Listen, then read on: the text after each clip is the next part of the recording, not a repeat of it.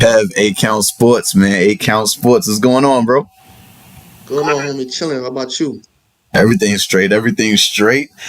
Crazy day yesterday. I would say usually after a fight night, it's a fight night, but it was a crazy day. Crazy, bro. 2 p.m. Crazy. Main event, UFC 294. If you don't know what we're talking about, folks, crazy event. Good event. Nah, it was. A lot going on. How it got made was crazy, and it ended up being a really good event. What were your thoughts? I mean, let's start with the main event. We Islam. Makhachev and my man Alexander Volkanovski. Yeah, Round 2, part 2. Part 2. For the 155 belt, Alex translated Islam once again, and this is coming off the first fight, which was a controversial fight. I wouldn't say controversial, but it wasn't a very close fight. You know what I'm saying? Debatable. It was debatable. Nah, I don't think it was debatable, bro. To most people, it was. It was debatable. They didn't even watch it over again. So clearly won that. You said Islam clearly won. I hear you. I felt he won it too. Yeah, in the sense of points, he won that. He won it. Yeah, I felt like he won it too. Maybe 3-2, 3 rounds to 2. You know what it was? Mm-hmm. I think we spoke about this in regards to I think it was Valentina. Yeah. When she fought Santos. Mm-hmm. And it was that because we're so used to Islam being so dominant. Remember, before that, he beat Oliveira, the submission king, with a submission. So this is to speak on the dominance of Islam. Right, exactly. Alex, during that first bout, he didn't expose him, but he gave Islam the hardest fight he ever had. Up to the point, yeah. Up until that point, and we was never used to see, even though he did lose one fight, but we usually the Islam we're used to is that dominant force in the octagon. Exactly. And we didn't see, we saw a good fight. We didn't see a total domination of his opponent like we used to seeing. I think that's what was the cause of the confusion after the fight. But if you rewatch it, you'll see Islam won that. He took that. Yeah, but there was some moments in that first fight, not to go too far back on the first, where Volkanovski had some dominant moments. The way how the fight ended with Volkanovski on top. That's my point. Usually there's no dominant. Usually when Islam fights someone, there isn't any dominant moments by his opponent. Right. True. This is the first time we've seen dominant moments from Islam's opponent. Right. Definitely. So this leads into the second bout that happened last night or yesterday, even depending on what part of the world you was in. And this fight went a whole different way. Oh, most definitely. Both that fight ended up with Volkanovski getting KO with a head kick. Mm-hmm. Like 3 minutes and 6 seconds in the first round. Yeah, it was pretty early in the fight. Fast. Yeah, first round. It was grappling for position in the beginning, and then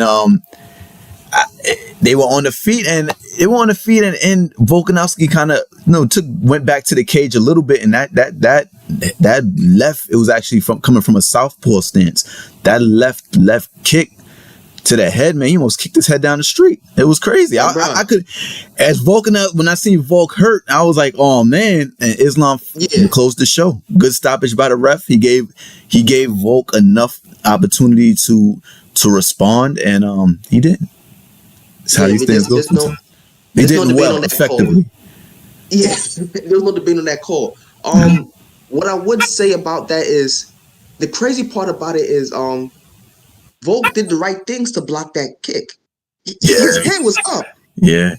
Islam kick went above the dude's hand and kicked him on top of his head, like split his eyebrow, like. Yeah. And the reason why I like the way, for the sake of Islam legacy, the reason why this is a good way for Islam to end that fight with it is because, to me, this shuts down the 11-day short notice that Alexander was going to take. Because even if for the full camp, I don't see him. That couldn't go any other way with that kick, bro. Like you blocked you did everything right and still get knocked out. That there was a full camp cannot prepare you for that. And what you about to say? This camp looking crazy right now. No, I'm not. I can't say that. I can't say that a full camp wouldn't have stopped it, but what I will say is Volkanovski accepting this fight on 11 days notice, I think you lose your right to complain. Okay. He didn't have to do that. You know what I'm saying? But he did. Like, he had to me, he had a rematch in the bag. If he would have kept, considering he kept winning in his own division, a rematch is in the bag. And he jumped the gun and took this fight. So I can't, there's no excuses to me. Like you said, nobody told you to do that. Nobody told you to do that. Which is going to get into a point that I'm going to bring up later on as well. But he didn't have to do that. And we saw no full training camp. And look, he got knocked out.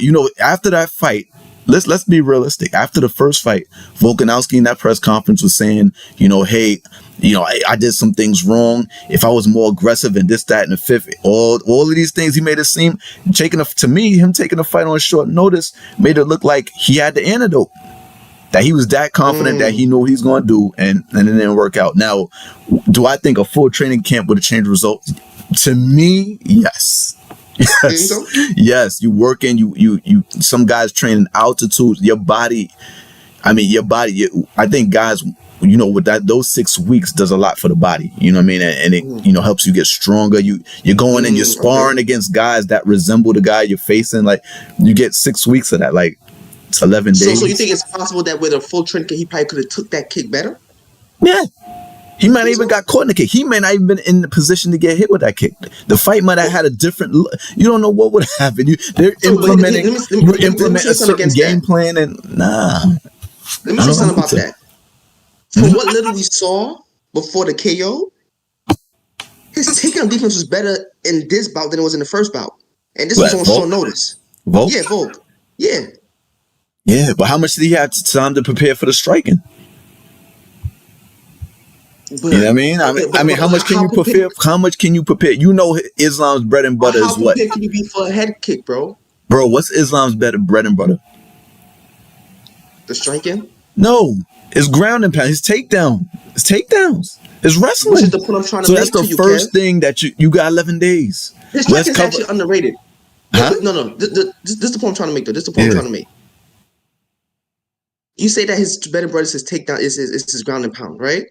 Mm-hmm. What I'm trying to say is that Alex's takedown defense, from what little we saw, was better than in the first bout.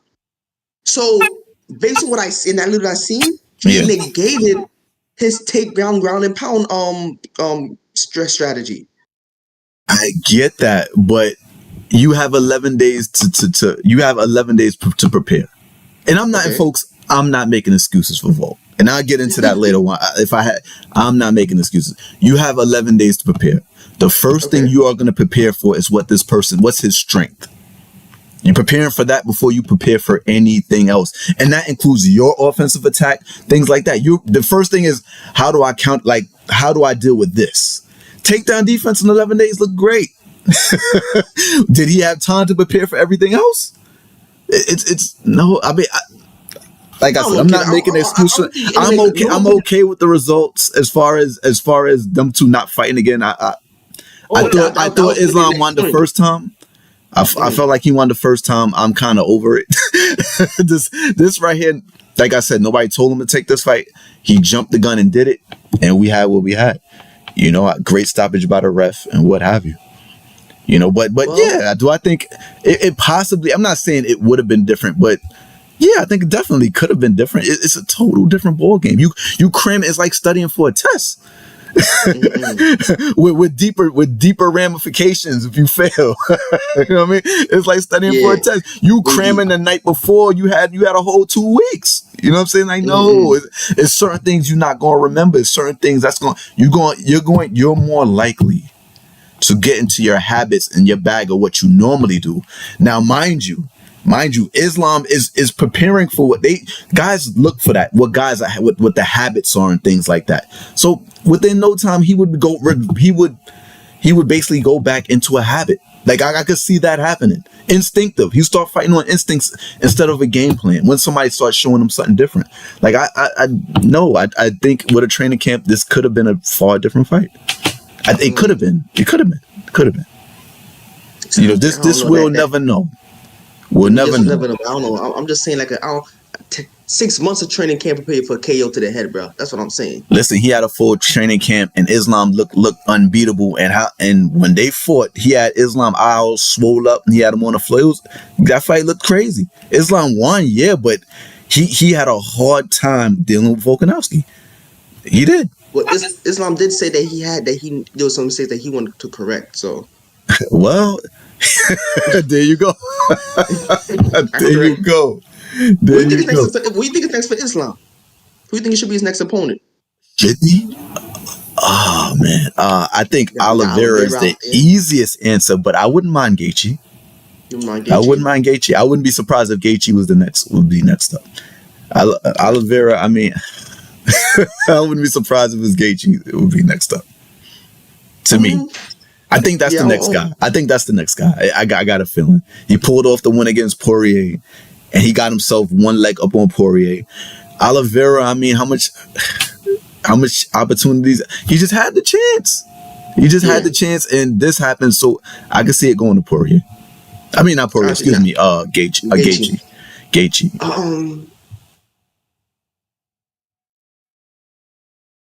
I won't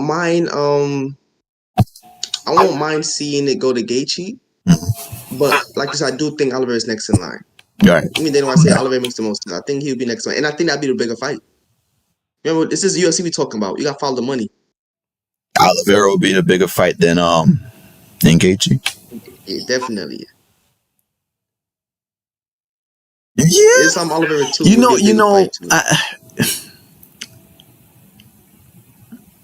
I don't know about that. I question that. The reason why I say I question that, maybe because the Brazilian market, you find, because I think with Gaethje, every time Gaethje steps into the ring, it's fireworks.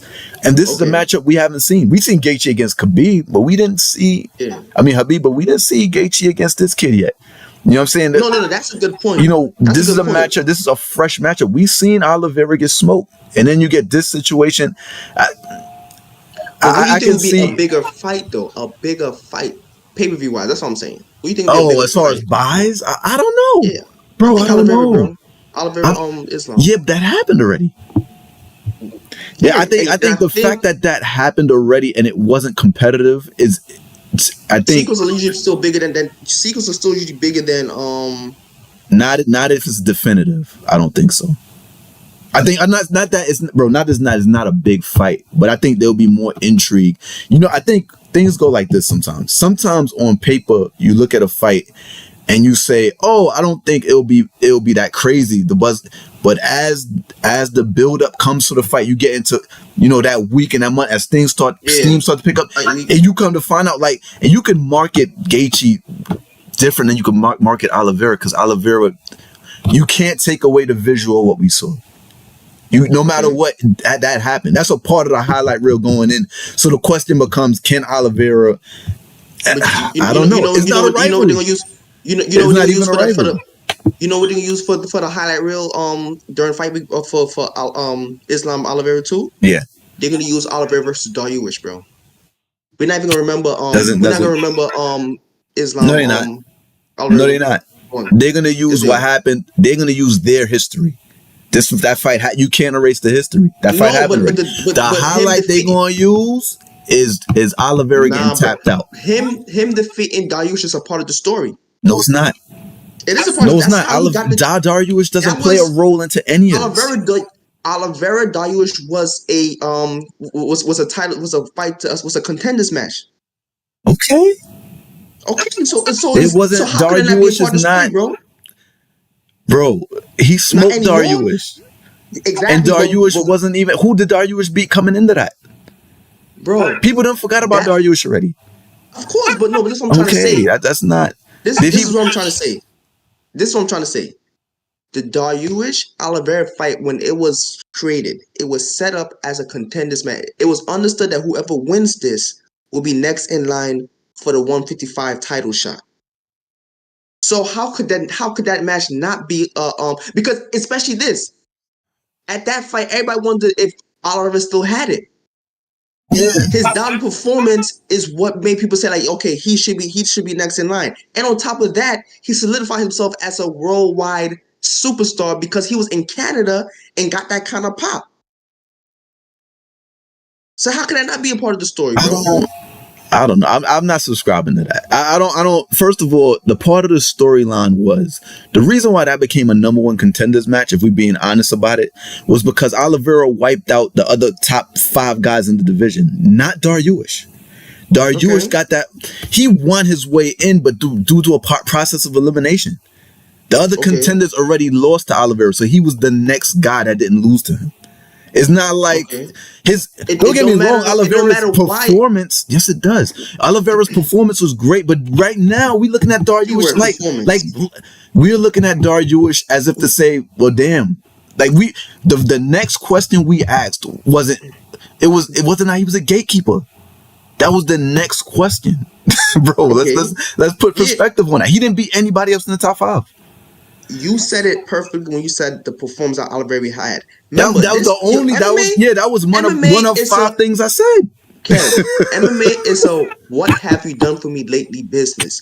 I'm gonna give a prime example, and it's having to do with the co-main event between Khamzat and Usman.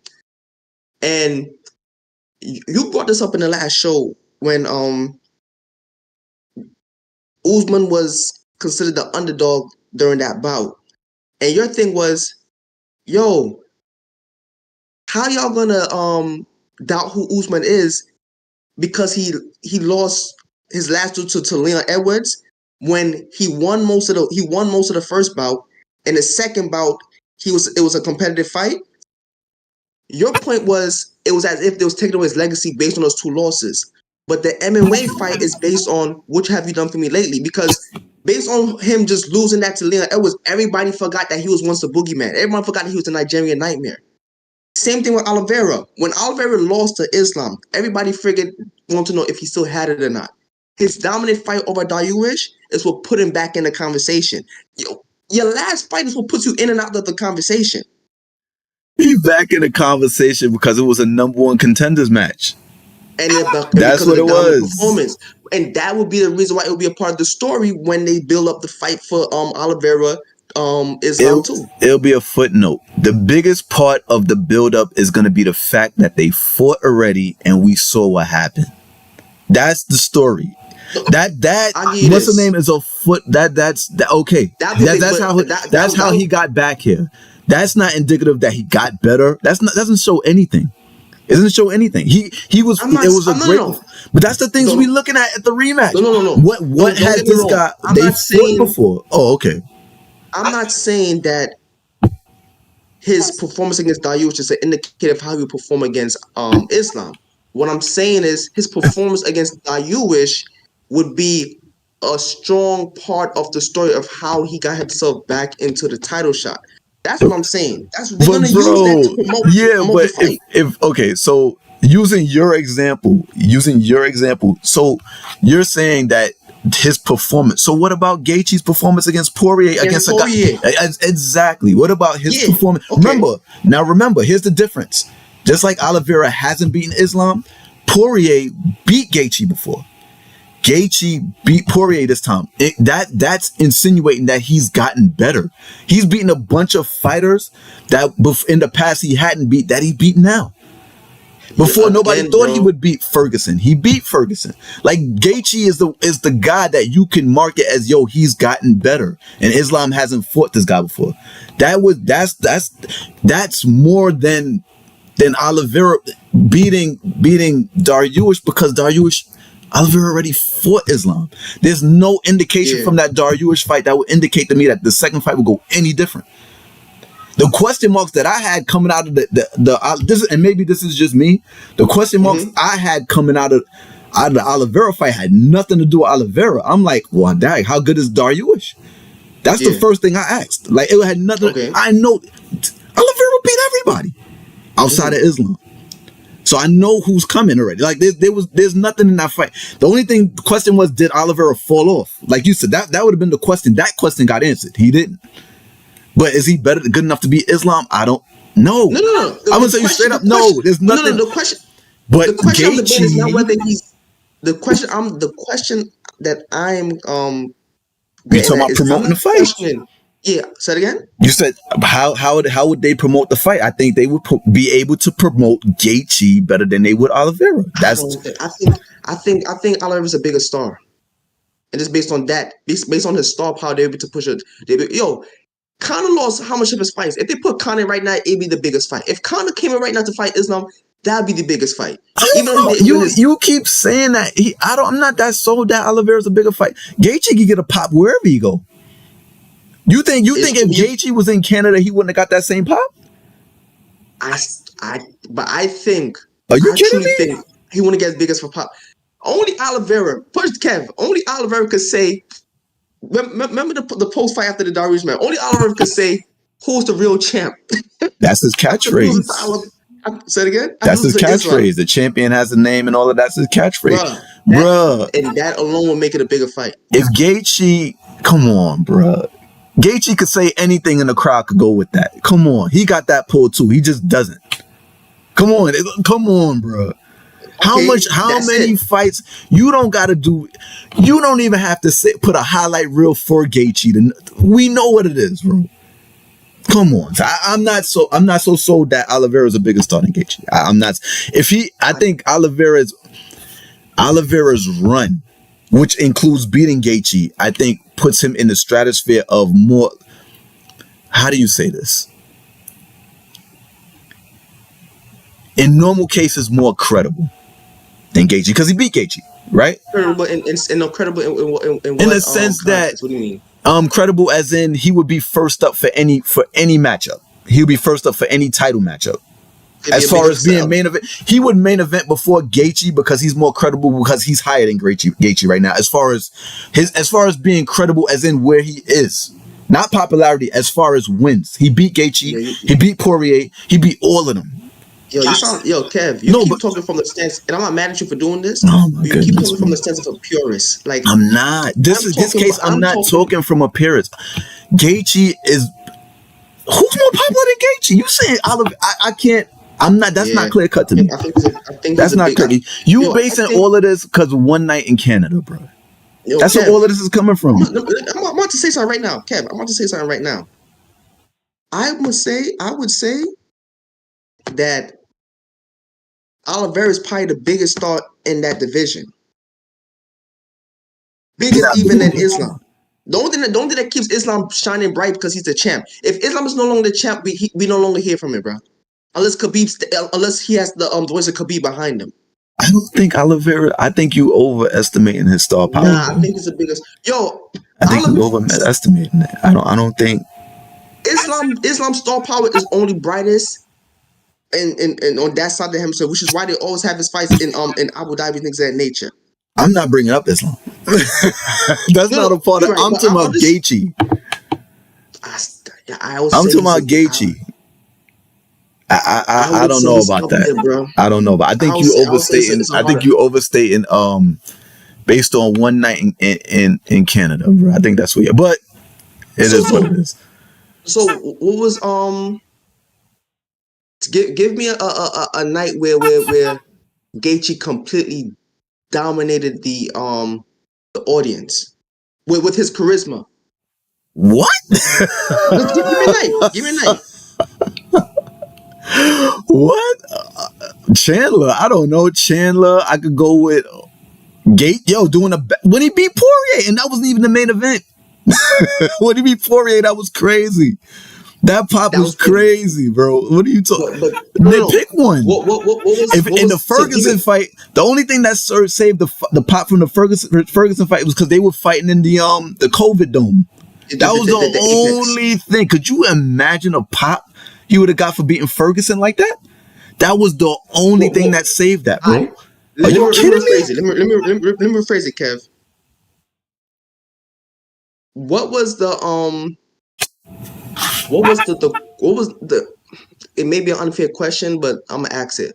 What was the quotable in his post fight speech that made him say like, okay, like the charisma is shining? Cause let me tell you why Gaethje, and I love Gaethje. I'm not trying to trash on him. He's up there too. I'm not saying he's not up there. Gaethje is prime time. What makes Gaethje is the way he performs, and like he goes all out. You know when he's in there, it's gonna be dynamite. He's going all out.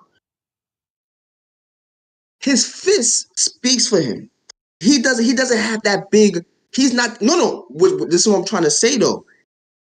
He doesn't have the charisma outside of the octagon as Oliveira has, which is why I said Oliveira has the bigger star power, which is why I feel it'll be a bigger fight between Oliveira and Islam. That's all I'm saying. Nah, bro. I'm just saying charisma wise, here's what you missing. When you say charisma, that can come from your fist too. That's performance based too. If you're not everybody performs not everybody can do what Gaethje does, bro. And that his mentality, I just want to fight. People love, every time Gaethje is on, it don't matter, it's on. That's charisma, bro. If I look on the card and say, oh, Gaethje fighting, no matter who he fighting, it's gonna be crazy, it's gonna be lit. That's charisma, bro. It's not just talking. It ain't just some guys got that. Some guys. That's more. Charisma is based on more. Oliver has both the way he performs in the octagon and his performance outside. Tell me this. Is that? What does he do outside of the octagon? What does he do outside of the octagon? Has a name. You keep saying that. What else he got? That alone made him a star. So let me ask you this. I'm just asking you this. What else he got? Who you think is the biggest star? Just tell me who you think is the biggest star. Just ask it. This is plain and simple. I said Oliveira. That's what I'm saying. Who you think is the biggest star? Oh, between the two of them? Yeah. I feel like it's a toss-up. I don't think it's clear-cut. I understand the only reason why I even have Oliveira in this conversation of who's the biggest star, and we're just talking about charisma and all that, is because he's not from here. So he has, Brazil, he's big. I'm figuring he's huge over there. Over here, he's all right. Like, I don't think over here, his as far as charisma, he all right. I don't think people buzz in the States about Oliveira like that. I think they buzz as far as charisma is concerned. As far as I think what gets him up there, gets him over with us, is his track record of who he beat and how he beat him. That's what gets him over. That's charisma, that's a part of it too. Not here, bro. It's the fight business, bro. Like, you gotta remember, bro. When that happened in Canada. You go to another country, people they don't get UFC events live there. So when they go when they in Australia and places outside of the States, they go bananas. When they in England and all this, they treated him like he was a member. Bro. They treated him like they treated him like he was GSP, bro. Bro, when you GSP was in there. When you go to a different country and you show out, you gotta remember what's his name wasn't from there either. So when you go down and you the main event, when was the last time they had an event in Canada? It was Cyborg against Spencer. They're hungry for. All right, I ain't gonna really go no further about it. We agree to disagree. All right. Let's move on. So what's next for Volkanovski? I mean, he's going back to his division and defend his belt, bro. Like, yeah, Topuria, right? But they're saying because of the knockout that was supposed to be a January date. The commission apparently is gonna. That's gonna. They can't. Yeah, they're gonna. Yeah, because of the knockout. I mean, so it's still gonna be. Let me put it this way. It don't change nothing. It just delays it. It just delays the inevitable. The most. What's the inevitable? What's the inevitable? Volkanovski going back to defend his belt. To defend.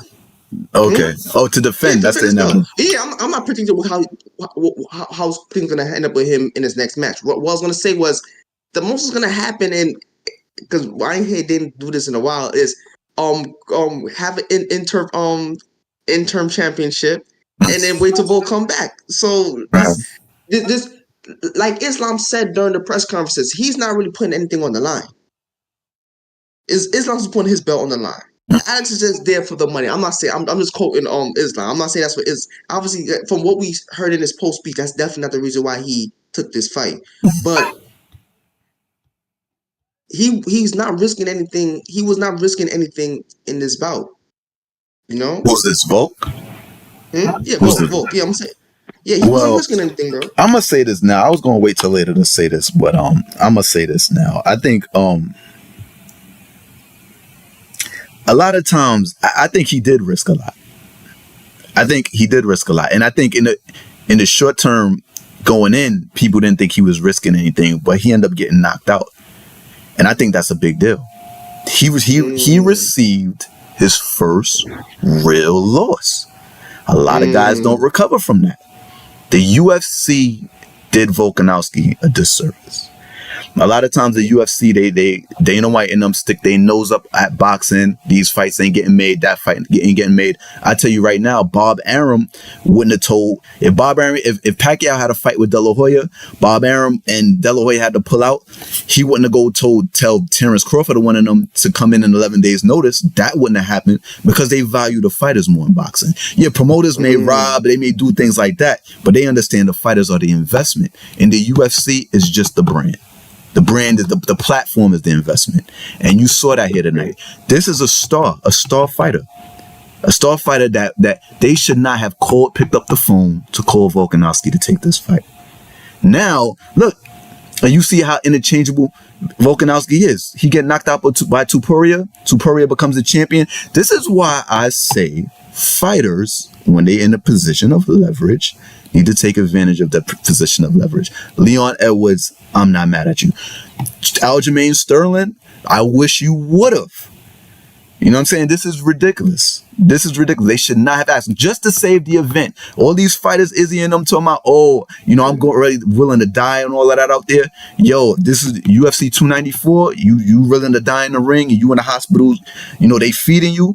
UFC 295 coming. And that's going to be that's what the organization is focused on. UFC 295 and then UFC 296, 97, 98. You might come to one of the events. They will you in. The fans will clap for you for 5 minutes. Then, back to the action. Back to the action. They should not have even picked up the phone to call him. But all they interested in is saving the event and getting the biggest pop and selling all these numbers. The fighters are interchangeable. They need to speak up for themselves. And these guys, Volkanovski, Michael Chandler, these guys that jump up and just take these fights and take these opportunities from everybody else, when they do that, what happens is everybody else, it sends a message to everybody else to fall in line and do the same. Oh, we're going to reward these guys for this. It's trash. It's absolutely trash. It's a bunch of favoritism. It's absolutely trash. Right now, I'm jumping the gun. The next fight, the middleweight division, we got 2 welterweights, and basically because Duplessis turned down the opportunity to fight on short notice, on a quick turnaround, you got Chimaev fighting for the belt right now. About to fight for the belt. That's trash. I'm like, remember last Israel Adesanya fought against Strickland. Yeah. For the belt. Jared Cannonier made weight for that fight. Why can't he get a title shot? Just like you gave to Colby Covington, who ain't fighting over a year, is on his 3rd title shot in 5 fights. Come on. What are y'all doing? Like, I don't know. I can't figure it out. Would you about to say something? You about to say something? Yeah. This is a bunch of BS. I'm gonna play devil's advocate. Nah, keep it real. I don't want to man. Go ahead. I'm gonna play devil's advocate. You said that he should never pick up the phone. If that's the case, these is grown men. Volkanovski should never answered the call. You can't. He said himself. Let's talk about this for a bit.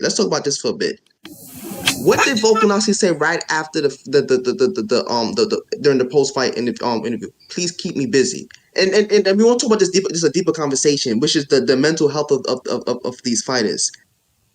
Because he says that he gets into dark places when he's not kept busy. Do you think that is the responsibility of Dana White to stop him from getting to the octagon? Or maybe his team should have told him. If that's the case, why his team didn't tell him not to take the fight? Why his coaches didn't tell him not to take the fight? Who the promoter? Is the UFC the promoter, or they just what's going on? Because they want to sit up there and bash other boxing promoters because they're promoting the fighters. So are you the promoter or not? Are you promoting the fighters that you have signed to your company or not? You're the promoter. Okay, so these are guys that have contracts with you. Okay, yes. All right, so it's not your responsibility. You have what do you It's not your responsibility for what? Why would you put him in that situation? Why would you put it on the UFC then? Oh my goodness, that's not on the UFC. So Volk didn't have a choice not to answer to take the fight. They shouldn't have put him in the spot, bro. That ain't no different from when a referee asks a fighter if he can continue. That's different. Nah, it's how. You're the ref. How? The ref is because the ref is independent of that whole of the promotion. The ref is there. The ref is specifically there to protect the safety of the fighter. That's why he's there for. He's there to make sure they don't beat each other to death. So the UFC isn't. The UFC is there to protect the. Of course, the UFC is there to maintain the safety of the fighter. But the UFC so what are you telling me? To promote a fight, bro. So that comes high. That's more important than protecting the fighters. How they not protect the fighters if they ask them to? Come on, man! You asking a fighter. First of all, what's okay? You asking a fighter to on 11 days notice to fight this dude. What my question is really, it's not even really, let me back up, because it's not really about the protection of the fighter per se. My thing is the investment. The UFC, this is a whole package deal, bro. The UFC, what they do is when guys don't bend to their will and don't do certain things, they ostracize them. And then there's other in front of everybody else. And then when other guys do bend the knee, they reward them. So when you see situations, let's not front like this is the only situation. When you see situations like this, guys do get penalized and guys do in turn get rewarded for this. So yes, guys are, in a sense, I'm going to say, get bullied into this. Let's not forget Leon Edwards. Let's not forget that. 1 second, he's number 4 in the world. They throw a fight at him, Chimaev, who's not ranked at the time. Edwards says no, he gets removed from the rank. You don't get dropped a slot or two, removed from the rankings altogether. During COVID time, nobody's getting fights. A bunch of his stuff was falling through prior to that. How he gonna make money? Come on, man. Let's not act like the UFC. Come on, man. There ain't no advocate in this. It's a deeper issue. It's a deeper issue, bro. And it's the same thing with come on. Why isn't Duplessis getting a shot right now? Come on. All right. Why? Okay. Yeah. And what was the quote behind that? You know how I feel about guys turning down shots, right? And in turn, he doesn't get a title shot. Everybody else sees this. Everybody else sees this. Don't. This is a message being sent. Guys feel that way, like they have to take certain risks and certain things. Come on. That's not the message I got from Volk. Volk said he wanted this bad. That's not the message I got from Volk. And like I said, you can't put all accountability on the UFC because at the end of the day, Volk has a team. They agreed to it. No one told him no. Like these are grown men, bro. I get what you're saying. Like, I understand that 100% what you're saying. Well, bro, at the end of the day, if you get that call, you have the choice to pick up the phone or not. That's on you to pick up the phone if you want to or not. So yeah, but why not so the fighters so you agree that the fighters are interchangeable? Because that's what I'm saying. To the UFC, the fighters are interchangeable. I mean, it don't matter. They have no. I mean. The UFC is the top. I've said that. Let me say this again. Let me say this 100% again. People keep, I'm about to go with this. This is why I say fighters need to unionize. If you don't unionize, there's no collective voice. You're going to have situations like this. So until the fighters themselves can wrap their minds around unionizing with each other, that's accountability on them right there. So listen, they don't want to unionize. It's every man for himself. Everyone wants the glory. No risk, no glory. Go, bro. No risk, no glory, bro. Because watch this. If he had won, we all be singing a different tune right now. If he had won, we all be singing a different tune right now. So at the end of the day, you know who else not get who else who got the opportunity when Duplessis turned it down? Strickland. Look where he is right now. Like dude, if he had lost that fight, what we would have said, what we said, which is that was just a feeder for Izzy at the time. That's what we thought at the time when Duplessis turned that fight. Said, "Oh, let's give it to Sean Strickland." He took the chance, and look where he is right now. At the end of the day, to the victor goes the spoils. you can't get no risk, no glory, no pain, no gain. It sounds harsh, but that really was what it is. I get what you're saying, but at the end of it, we can't put all accountability on the UFC. No, not Fighters got all. to take Not accountability all. too. Not all. But what Fighters I'm got to take saying is, accountability too. And I've always said, and you bring up a good one, Chandler. When Chandler first, one of the reasons why he was so hated, when he came to the UFC, he was putting his hands for every fight that everyone else turned down. Bruh, if there's a union, you can't do that. But fighters are not unionizing. it depends what the union is standing there for. I mean, it depends on the dude look union. at each other like, yo, that's my competition. He's taking what I want. So why would I unionize with him? No union. Every man for himself. Every man for himself means when the opportunity comes, you take it. That's what that means. Every man for himself means when the opportunity comes, you take it. If you don't complain about the consequences. That being said, with the Duplessis situation, that's criminal. Just on a purist standpoint, he should get the title shot. Just on a purist standpoint, it's crazy obvious that he's being low-key blackballed from the title shot right now. Low-key? Low-key. Nah, it's high-key so everybody can see it and fall in line. Yeah. There'll be no Aljamain, bro. When Dana White was talking, saying what he was saying about Aljamain, that's even more Aljamain, bro. Aljamain, bro, he was intimidated low key. That's why he kind of changed his tune. He was kind of trying to. He didn't like what Dana White said, but he didn't want to rock the boat too much. That's what I was getting from him. And then when he loses the belt, it's kind of and look, Dana didn't like him. He lost the belt. Who knows how far back in the line he is? Who knows? And is that fair? The same dude that beat Sandhagen, the same dude. Come on, I never said any of this was fair. I'm not saying any of this is fair. But this is my thing. What I'm saying, if you can't wrap your mind around to unionize, don't complain about the environment that gets produced from that. So what you're talking about is the environment that exists when there's no union, when there's no collective bargaining. You get what I'm saying? Especially when there's only one promotion in the game. When there's only one promotion in the game and you refuse to unionize with the other fighters, you can't get your mind wrapped around it. What are we doing? We're punching each other outside the octagon. You know what I'm saying? This is what we do. We're giving each other 2-piece chickens and fried chickens and stuff like that. Well, listen, we do to each other. Well, the competition need to step up. We got the PFL. You got other things going on. We'll see how that work out. We'll see how that work out. Going on. But you make a good point with it. You make a great point with that. I make a great point with it.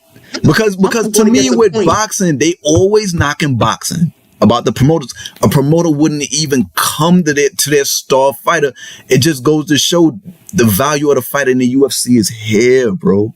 Yeah, but that's always been the case. I said it already. It's all with the UFC, because I think we spoke about this before. Mad times. It's just, but bro, I still gotta point it out, bro. To me, I'm sorry. Don't say that you're gonna sit up there and say your brand is better than somebody else, and you treating the fighters like this. Like when fighters say, "This is what I mean." See, this is to understand when you hear these back and forths, and when you hear people have a back and forth.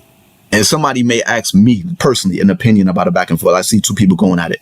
The first thing I look at, bro, is the track record of the two people in the conversation. The UFC's track record in regards to this is trash. It's trash, bro. Like, that's why, like, when I see them talking about fighters pay, I'm like, yeah, I believe the fighter. Like, when it be certain things, it's like, yeah, I believe the fighter. Like, and this right here points to that. It's just more of that. It's more of that. I'll believe anybody before I fight the UFC at this point. They track record. It's just. Don't get me wrong. I appreciate Dana White. He's made the UFC. I guess maybe it's a double-edged sword, right? Definitely is. It is. Yeah, it's a bit of a double-edged sword. He's made MMA. Taking that whole sport, not just UFC, MMA. Bro, it's one of the greatest pastimes.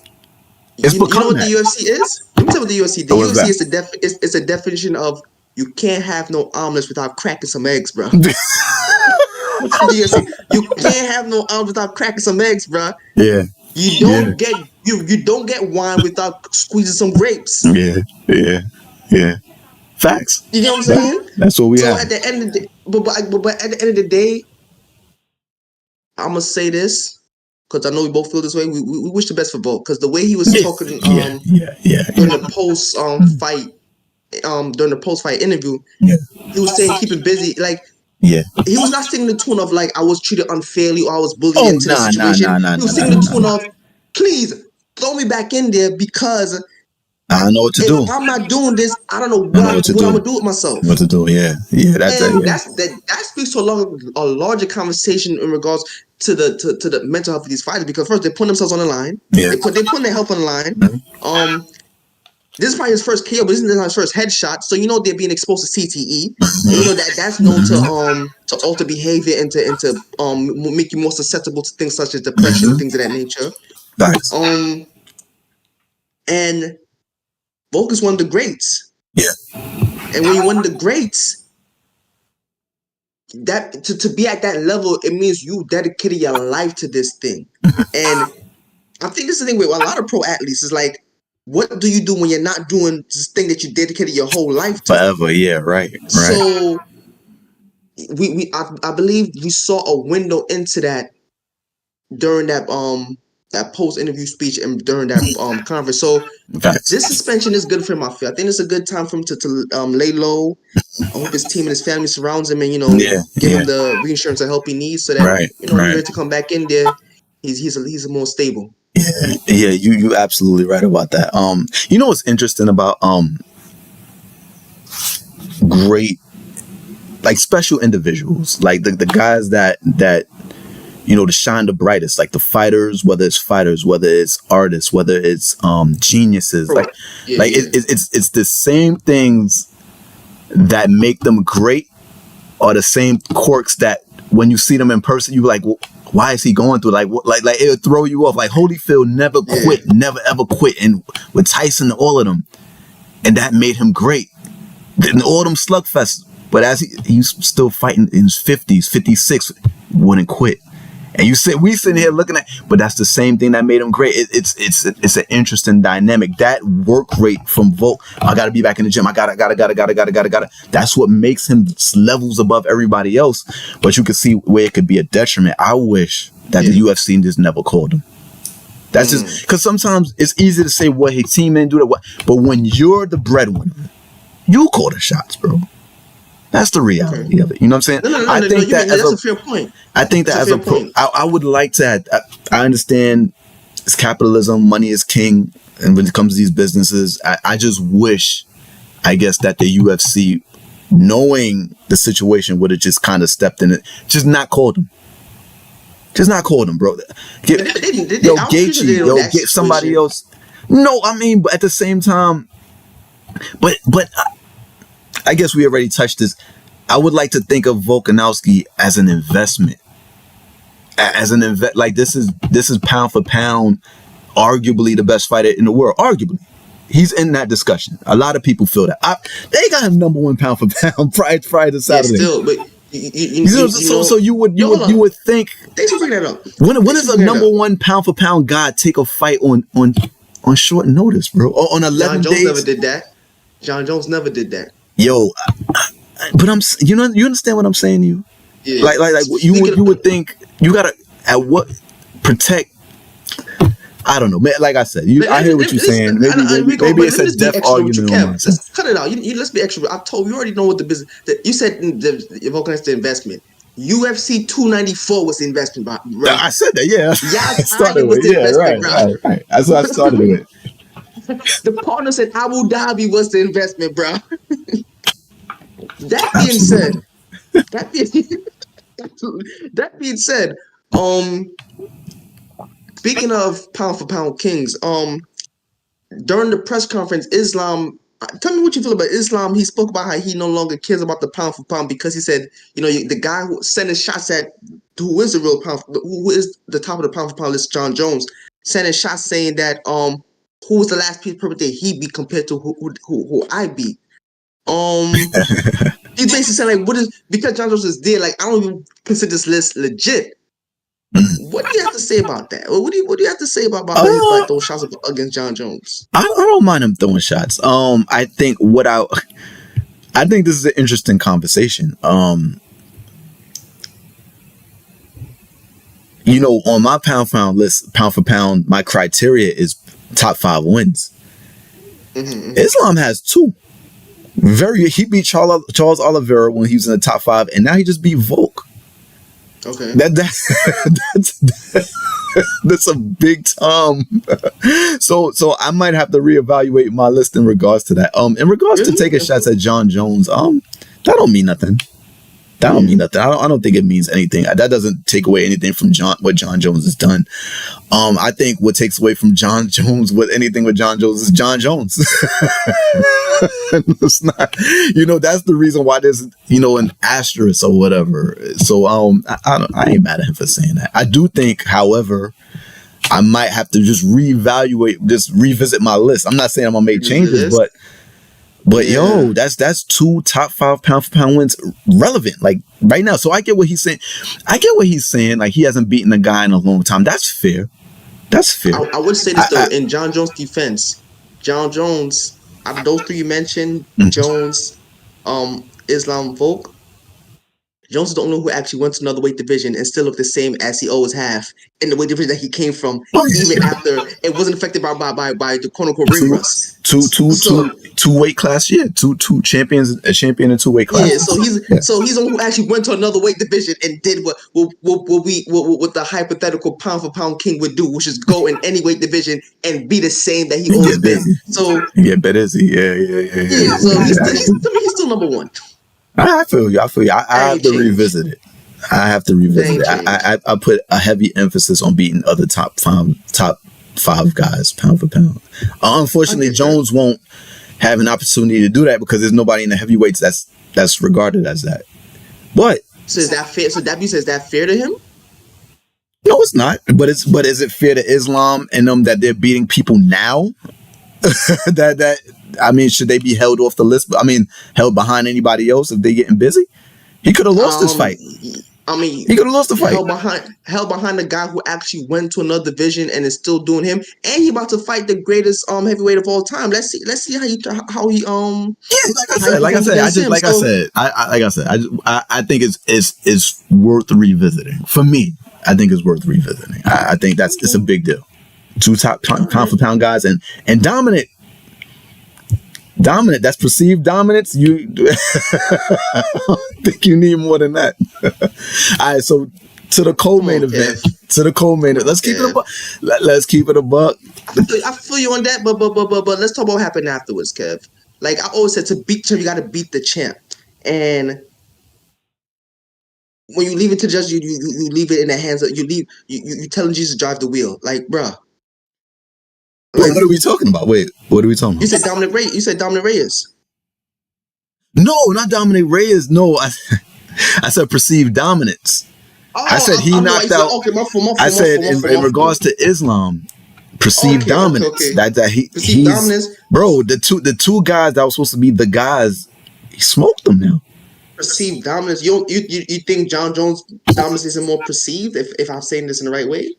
I'm not saying that. I do think that beating 2 top 5 pound for pound guys makes it worth revisiting and dominating them. Not just beat them, dominated. We're not giving Volk a pass for the 11 days, right? No. So dominated. Like who on the landscape do you see? I would like to see him fight Gaethje.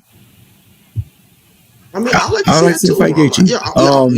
Revisiting that, I won't be mad about whether he fights Oliveira. Yeah. Me neither. Because I like I said, Oliveira is nice. He nice, but all right. So the co-main event. Co-main event. Let's go with the co-main. Oh, okay. Oh man, Usman versus Khamzat. This was basically a like we said in a few minutes ago. Basically, we was alluding to, which is it was a contenders match. Number 1 contenders match. Yep. Yeah. For 2 guys that was fighting in the division for the first time, in the middleweight division for the first time. Yeah. Against each other. To be fair, if one man deserves it, it's Usman. If anything, like this based on the title shot. Legacy, to get that title shot, like him. Yeah. Yeah. There's no argument against that dude. Yeah, And I'm gonna yeah, go to say this. This fight showed us that he's still the Nigerian nightmare. Okay. This fight showed that he's still the Nigerian nightmare. Because he took this fight on short notice as well. He's not quote unquote. He is the older fighter, as Khamzat reminded him during the pre-press conference for the fight. He came with the knee. We all assume his knees was blown out, and this man. Let me put it this way. This is what I see. This is what I saw in those 3 rounds. I saw Khamzat blow his load in the first round. Yes. With the takedown. Yeah. I saw the experience of Usman for being able to, how should I put this, not panic under that pressure. Yes. And wait out the whole round.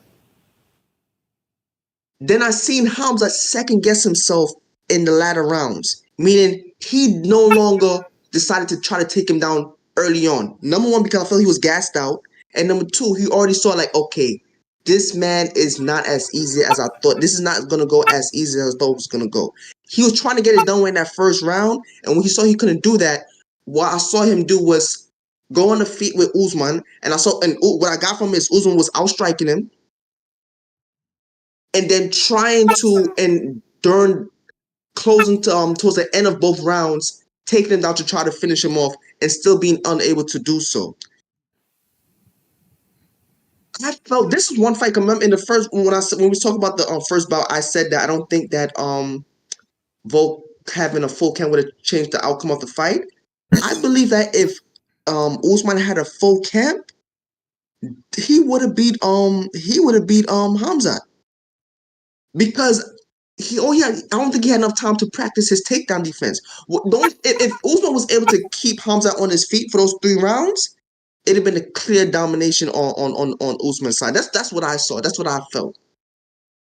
And it was a very close fight. I mean, I did predict that it was going to go the way it went, which is after 3 rounds, decision going to Khamzat. I did say that I felt it was going to be a split decision type situation, and it almost was. Well, nah, it wasn't. It was unanimous. It was a unanimous majority decision for Khamzat. But I did believe that I did see that it going in that way in the sense that the judge is going for Khamzat.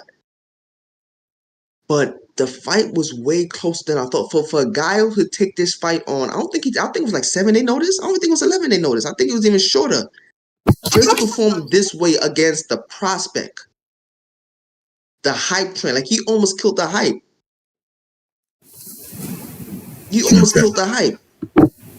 I feel that Usman is going to be a problem in the 185 division, because he's going to come back full camp, and I just feel that he's going to come back stronger, bro. He's still Nigerian nightmare. That's why I got him. He's still the Nigerian nightmare, bro. This showed why Usman is Usman, the real boogeyman.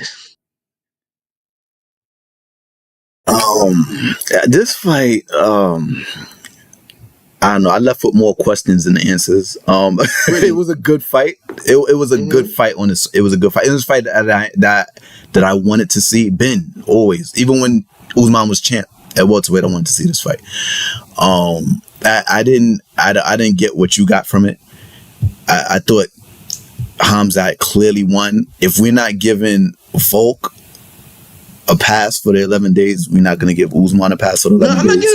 That's what it sounds like. You're talking about if he had a full training camp and this and that. He stepped in there, you know what I mean? I think, and again, when you step in there, I almost feel like you're being disrespectful to the opponent. You basically saying, yo, I can beat you on 11 days notice. And that didn't happen. Yeah.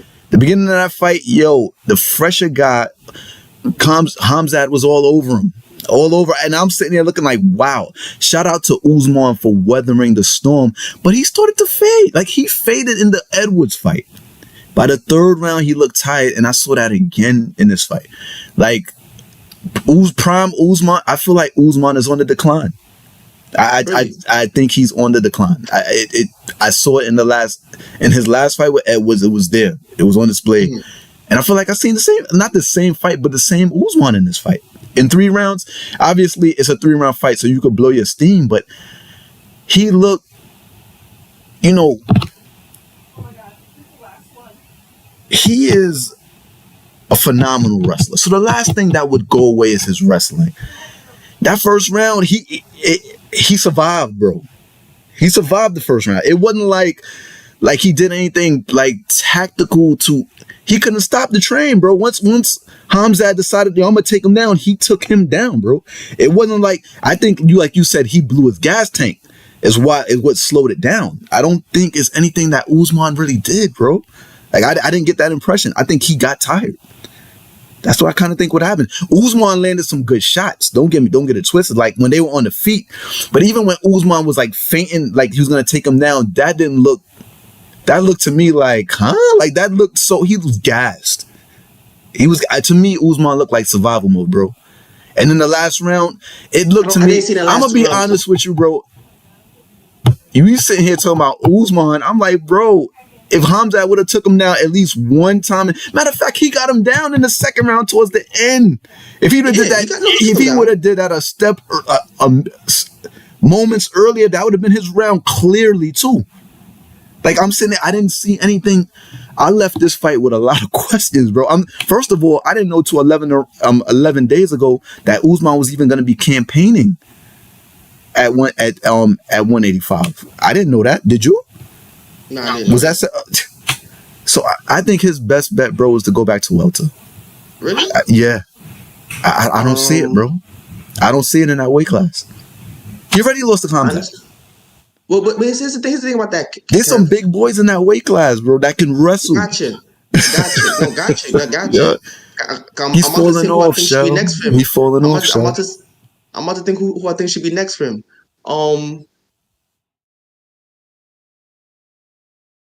If you say they're unanswered questions, then why not allow him the opportunity to have a full fighting camp to then take another opponent in the 185 division, bro? Okay. Maybe then that's when the questions will truly be answered. You don't think so? We're talking about from what I've seen yesterday. What I've seen and what I've seen the fight prior.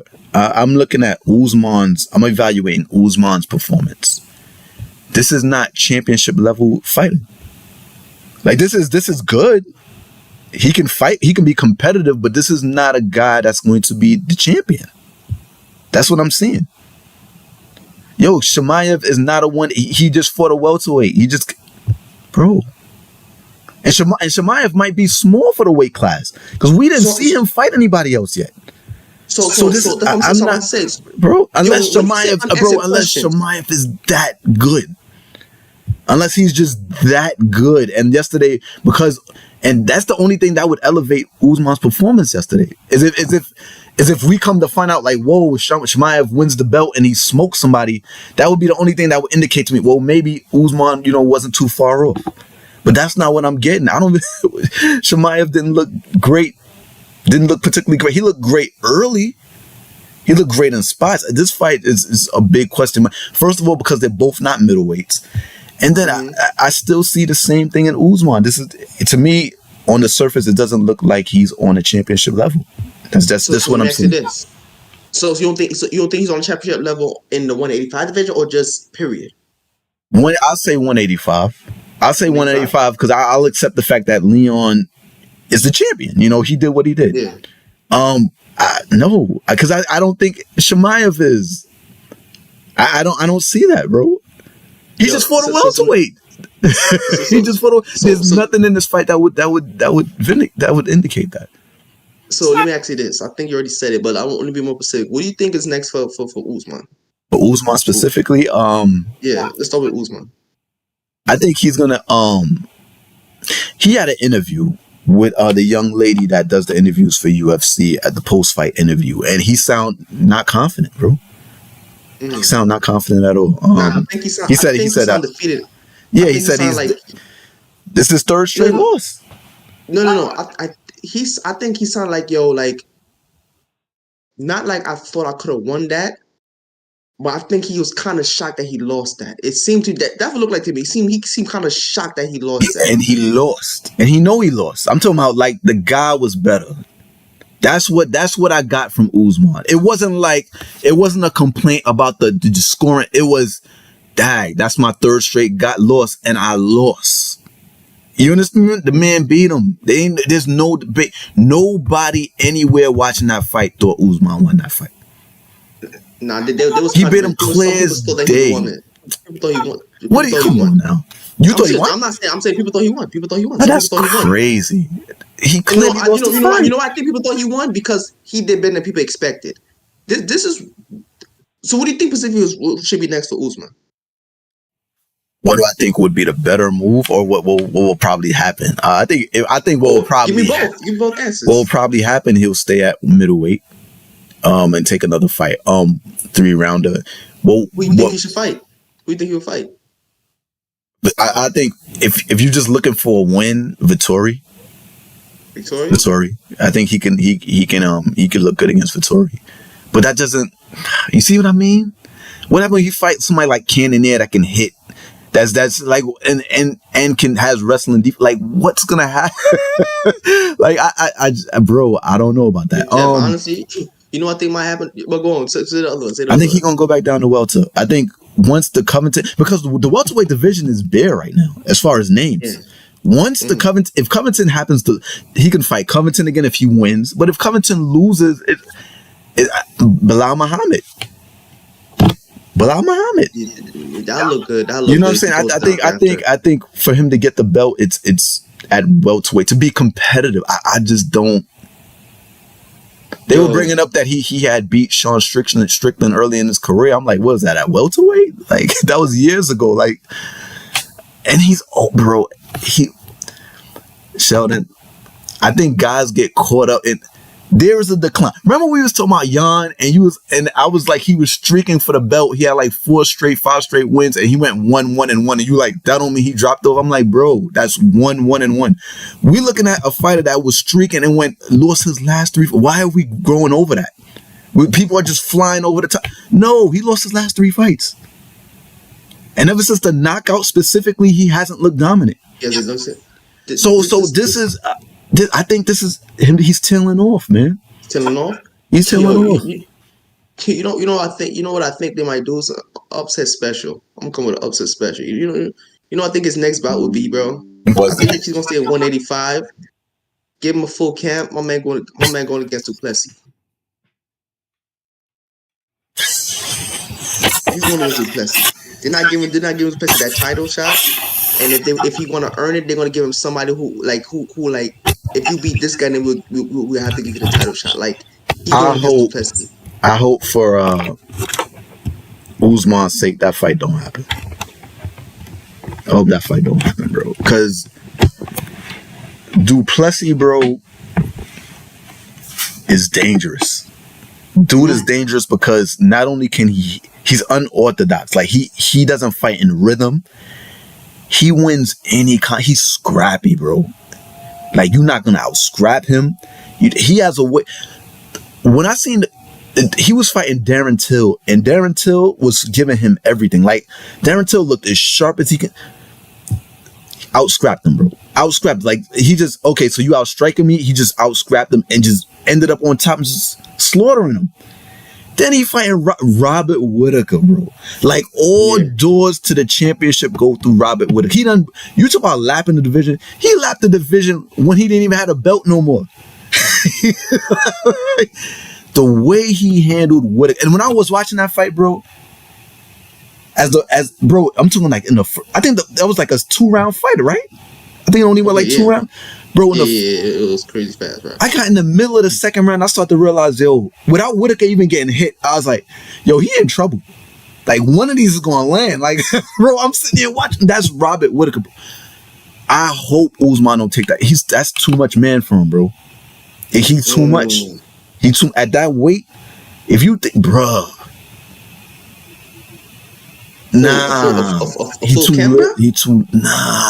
bro. He gonna have to be wrestling like he was in it. Nah, he tailed off, Shell. Nah. You're not the same. You're not the same. You're not the same. To me, I hope I'm wrong. I like Uz. I hope I'm wrong, but I think Vettori. Victoria? He gonna fight Victoria. I think Duplessis. So sometimes Duplessis, but I would say this. Bro. I would say this. We already know what's next for Yeah. Khamzat. Sean Strickland. Mhm. Did you hear what Sean Strickland said about Khamzat? Nah, I didn't hear this. What's So going on? basically, so this is crazy because but before it's what's so crazy? It's crazy how it's like a switch come on these fighters' minds when they know they're about to fight the next dude, and how like they get a disdain for him because Yeah. they got the famous clip of I don't know if you're aware of it, the famous clip of Strickland is known as a gym bully. So the famous clip of Strickland telling Khamzat, don't beat him up, don't beat these guys up, you're better everybody. You need to calm down, you need to relax. And he basically like, yo, this man, he trains hard, I respect the way he trains, da da da da. So when he was asked about Strickland, after the win, when Strickland was asked about Khamzat after the win, Strickland basically said he don't deserve the title, which many won't argue, but he says, listen, I remember Strickland he basically talks about everybody, makes fun of everybody. So I think he said something about Chesney, which is the home country of Khamzat. And then he said he was saying that he wasn't trying to disrespect his country, but Khamzat took it the wrong way. And Khamzat was I believe DMing him and talking a lot of trash.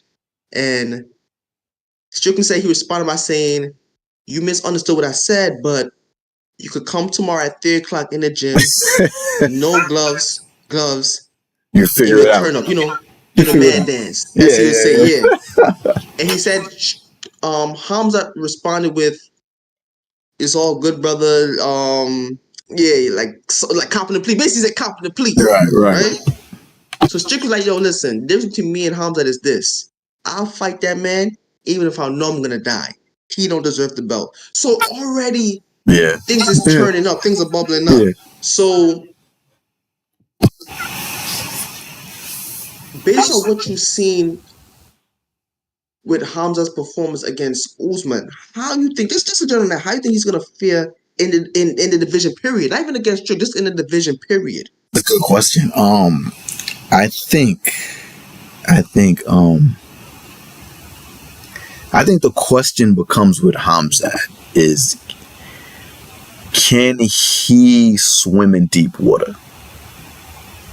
That's the indicator. When he fought Burns, it was a 3-round slugfest, and that was the first time we seen him.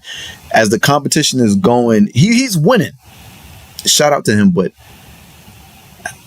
what happens if he gets caught in a fight and the takedown stuff isn't working? He can't get a guy down, which is what he might face with these guys. Spar together. When guys spar together, they know each other well. Strickland looks good. Strickland looked good against Izzy. Now Khamzat is a different brand of fighter. Like, he'll try to get him down, but I could see that fight going rounds. I could see that fight going rounds, and if that happens, I gotta lean towards Strickland. I think Strickland would put on, but I think with Khamzat though, because he's getting a title shot so early, unless he gets any kind of serious damage in the fight, he may be able to survive a loss. I think he may be able to survive a loss per se. Unless he's one of those fighters that, don't recover from their first loss. There's that too. But I just think, I get the impression that Khamzat, he tries to get you out of there early, but he won't be around for the back end of the fight. If he don't get you out of there, he in trouble. Now that they were talking about it, when he went those rounds with he looked more gassed against Usman than he did against Burns. Because he had to do a lot of wrestling. My fault, I mean to cut you off. No. No, that's a good point. But you know what else I think when I think, because here's the thing though. It could be because of that extra 15 pounds, bro. Could be. You know what I'm saying? Yeah. Because he looked more gassed against a short notice Usman as opposed to a full camp Burns who lost to Usman. Yeah. You know what I'm saying? And this is his first fight in this weight division. So this is the first time he had to fight with that extra, with that extra muscle. I agree. So, and Strickland is known for his gas tank. Strickland will go 10 rounds. Strickland, this is the crazy thing about Strickland. Like, Strickland is a goddamn psychopath. Like Strickland, no, real talk. Strickland says something to the gist of the reason why he fights is because he's able to get paid so he can spar all day. Psychopath. Yeah. No, absolutely. Yeah. So yeah, you know what that reminds me of? There's like an old documentary of Arnold Schwarzenegger back in his weightlifting days, right?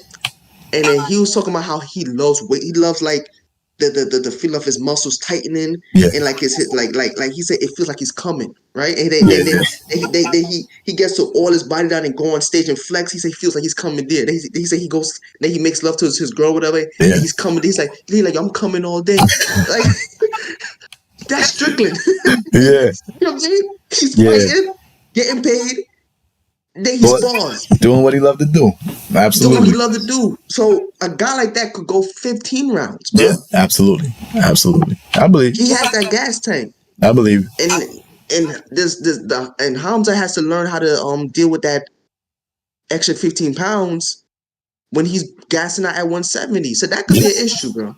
That could be an issue. They need to work on that. So that's the last point I'm gonna bring up for the show. And I love that you brought that up because it reminded me. Khamzat, Alex Pereira, I think when guys move up in weight, what's lost is that they give up advantages. You see, when these guys are big for the weight class and stuff like that, they have to cut to make weight and then they rehydrate the next fight. Not only do they already naturally probably have more skills than the guy they may be going against, but they're bigger as well.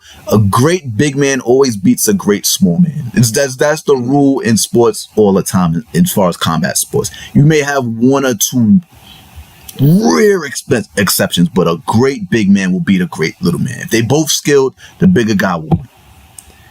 When you move up in weight, now all of a sudden, the playing field gets even a little bit. That's why I'm not high on Pereira. It's nothing against him. It's like, I think you're not bigger than these guys. Not as, now you're in a weight class where guys, you're looking across and they're almost looking eye level at you. It's a little different. The reach is a little long. You don't have that reach advantage. Now you're in range for stuff. The same way I feel about Khamzat in this situation. When he was at welterweight, it wasn't just how intense he was. It was that and skilled. He had a size advantage. This dude is big. That's extra strength, length. I'm slamming you. I'm giving you a jab and you can't respond back without exposing yourself. And once you do that, I'm countering that too. I'm on you. I'm hovering over you. It's an intimidating, and I'm as skilled as you, maybe even more skilled. Now he's looking at dude, and that was Usman at 36. What's gonna happen? What helps him with the Strickland thing is because he sparred against him, and that's good. That will help him. But I mean, when you going against these guys and you seeing it, he's not gonna be throwing these dudes around like he. It ain't gonna be going down like that. So that might be a mental thing too. So that's a great point you brought up. That weight situation. If he could have stayed down there at welterweight, that'd have been good for. I think that would have been better for him. Yeah. If you can't do it, you can't do it. Yeah. But yeah, man. I mean, we'll see, man. I can't wait to see Strickland's first official. Title defense, right? Yeah, man. The official defense, man. So yeah. I can't wait to see how he gonna perform, bro. Definitely, bro. Definitely. Well, there you have it, guys. Please like, share, subscribe, hit notification button so you know when we come up with more content. And until then, this has been Fighting Words with Kevin Shells. I'm Shells. Kev, 8 Count Sports. And let's spread the word. Fighting Words. Peace. Yep.